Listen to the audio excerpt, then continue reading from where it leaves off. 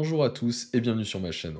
Cette vidéo sera un peu différente de celle de d'habitude, car en faisant des recherches, je suis tombé sur cet article qui parle de la candidate Kamala Harris qui serait en fait pro-armes. Aujourd'hui, on sort donc du pas de tir et du monde du tir sportif pour se pencher sur ce qui se passe au-delà de l'Atlantique, alors que même les élections américaines approchent à grands pas. Je m'y intéresse car comme vous l'avez compris dans le nom de ma chaîne, je suis investisseur, surtout dans les actions US. Je précise que je ne fais pas la promotion d'une quelconque politique sur les armes à feu. Donc voici le fameux article de Courrier International. Kamala Harris, si quelqu'un rentre chez moi par effraction, il se fera descendre.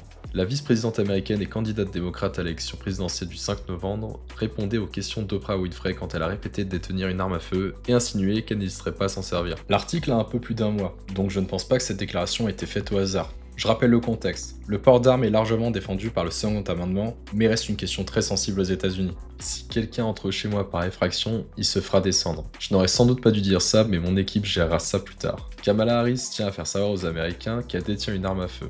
Elle l'avait dit en 2019 durant les primaires démocrates pour la présidentielle 2020, rappelle Axios.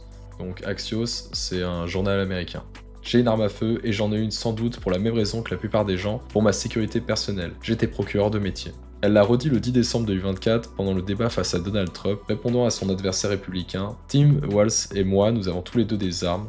Nous n'allons pas priver les gens de leurs armes, donc arrêtez de mentir constamment là-dessus. Ce genre de déclaration pourrait effectivement attirer des voix qui penchent vers l'opposition, notamment celle des partisans de la NRA, le puissant lobby pro-armes qui a donné son soutien à Trump. Ce sont des électeurs qui se revendiquent patriotes et qui attachent beaucoup d'importance aux droits liés au Second Amendement. En montrant un soutien pour les armes à feu, Harris pourrait ainsi parler à une partie de cet électorat sans forcément renoncer à ses propres valeurs. L'arme de Harris, décrite par une source comme un pistolet qui pourrait tenir dans un petit sac à main, est rangée en sécurité à son domicile à Los Angeles, avait indiqué à CNN en 2019 un membre de l'équipe de Kamala Harris. En tant que vice-présidente, elle réside principalement à Washington, au Naval Observatory, donc c'est sa résidence officielle à quelques kilomètres de la Maison Blanche, où elle ne détient pas de deuxième arme à feu. Kamala Harris est une contradiction ambulante, a commenté sur X le National Rifle Association of America, la NRA, le puissant lobby des armes à feu qui a annoncé au mois de mai son soutien à Donald Trump pour la présidentielle 2024. Parce que d'un côté, pour certains, ces propos peuvent sembler normaux. Harris affirme son droit à l'autodéfense dans des conditions de menace. Ça reflète la réalité de beaucoup d'Américains qui voient dans la possession d'une arme un moyen de protéger leur domicile et leurs proches. Il est probable que ces déclarations touchent ceux qui considèrent le port d'armes comme une nécessité et surtout un droit. Mais de l'autre côté, surtout dans les milieux qui prônent le contrôle des armes, cette prise de position,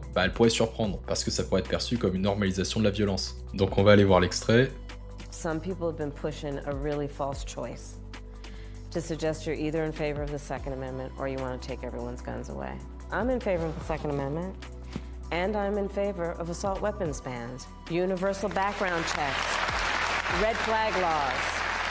Donc la candidate démocrate nous dit qu'elle souhaite bannir les fusils d'assaut et non les pistolets. Franchement, ça m'étonnerait que cela fonctionne beaucoup sur les Américains passionnés d'armes, surtout à ceux qui sont très attachés à leur liberté. Après, c'est un raisonnement un peu léger. Le pistolet, c'est pour la défense, et le fusil d'assaut, c'est pour la guerre ou les criminels. À la fin de l'article, Kamala Harris se dit en faveur des Red Flag Laws. Mais d'abord, ce sera intéressant de comprendre ce que font exactement ces fameuses lois. Les Red Flag Laws, autrement appelées ordonnances de protection contre des risques extrêmes, sont des lois qui permettent aux autorités de confisquer temporairement les armes à feu d'une personne jugée dangereuse pour elle-même ou pour les autres. En général, ça peut être un membre de la famille, un proche ou un agent de la loi qui peut demander à un juge d'ordonner cette confiscation si la personne montre des signes de comportement violent ou instable. Pour appliquer une Red Flag Law, la procédure commence généralement par une demande déposée auprès d'un tribunal.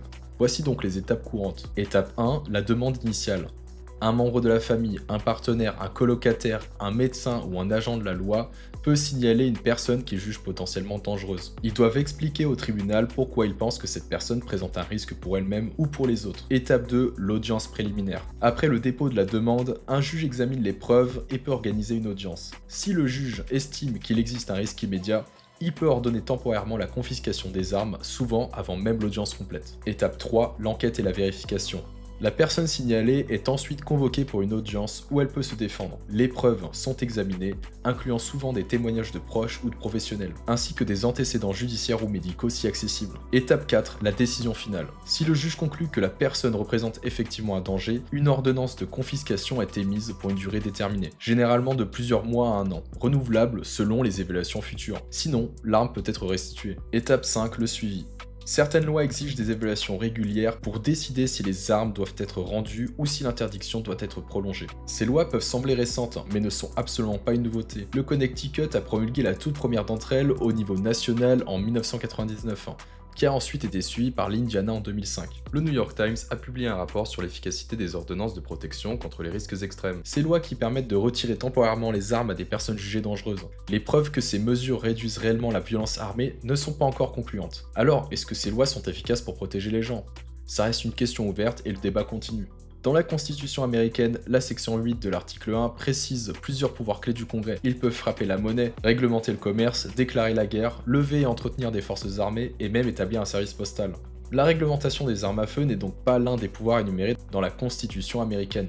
En fait, le second amendement précise clairement que le droit du peuple de détenir et porter des armes ne sera pas transgressé. Pourtant, ce n'a pas empêché le gouvernement fédéral d'adopter des lois sur les armes à feu. Cette tension entre les droits individuels et l'autorité de l'État reste au cœur du débat sur les armes à feu aux États-Unis. Les Red Flag Laws sont censés cibler les personnes considérées comme une menace pour elles-mêmes ou pour les autres, mais dans la réalité, leur application peut être bien plus large. Selon un rapport de l'ACLU de Rhode Island, beaucoup ignorent à quel point ces lois peuvent affecter des individus sans historique de violence. Dans certains cas, même une simple déclaration en ligne peut conduire à une ordonnance de protection. Par exemple, un étudiant de l'université de Floride centrale a été traîné en justice et a écopé d'une ordonnance de protection contre le risque, entre guillemets RPO, d'1 an pour avoir dit des stupidités sur Reddit après une fusillade de masse, même si l'étudiant n'avait aucun antécédent criminel et ne possédait pas d'arme à feu. Selon le journal Reason, un autre homme a été puni de cette fameuse ordonnance pour avoir critiqué en ligne des adolescents militants du contrôle des armes et partagé une photo d'une carabine AR-15 qu'il avait fabriquée. On peut se demander alors où se trouvent les limites de ce que l'on peut dire ou non. Est-ce qu'on entre dans un scénario de science-fiction où des personnes sont sanctionnées avant même d'avoir commis un crime?